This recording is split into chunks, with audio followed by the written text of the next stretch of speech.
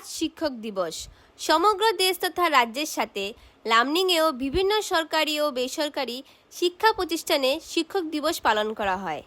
ভারতীয় জনতা পার্টি লামনিং মণ্ডল কমিটির উদ্যোগে আজ আজাদ হিন্দ পাবলিক লাইব্রেরিতে শিক্ষক দিবস উপলক্ষে লামনিংয়ের বিভিন্ন বিদ্যালয়ের অবসরপ্রাপ্ত শিক্ষক ও শিক্ষিকাদেরকে বিশেষ সম্বর্ধনা জ্ঞাপন করা হয়।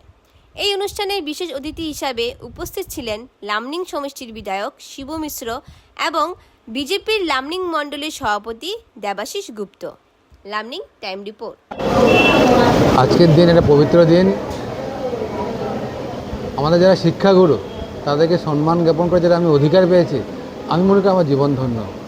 আজ লামনিং ভজনবাড়ি মণ্ডলের তত্ত্বাবধান তথা অখিল ভারতীয় বিদ্যার্থী পরিষদের উদ্যোগে লামনিংয়ের বেশ কিছু শিক্ষাগুরু যাদেরকে আমরা সমাজে মেরুদণ্ড বলে আমরা জেনে এসেছি, তাদেরকে আমরা এই শিক্ষক দিবস হিসাবে শিক্ষক দিবস দিনে ওনাদেরকে যেটা একটা সম্মান দেওয়ার সুযোগ পেয়েছি বা অধিকারী হয়েছি, আমি মনে করি আমার জন্য বা আমাদের জন্য প্রত্যেকের জন্য এটা একটা মেমোরিয়াল ডে হয়ে থাকবে।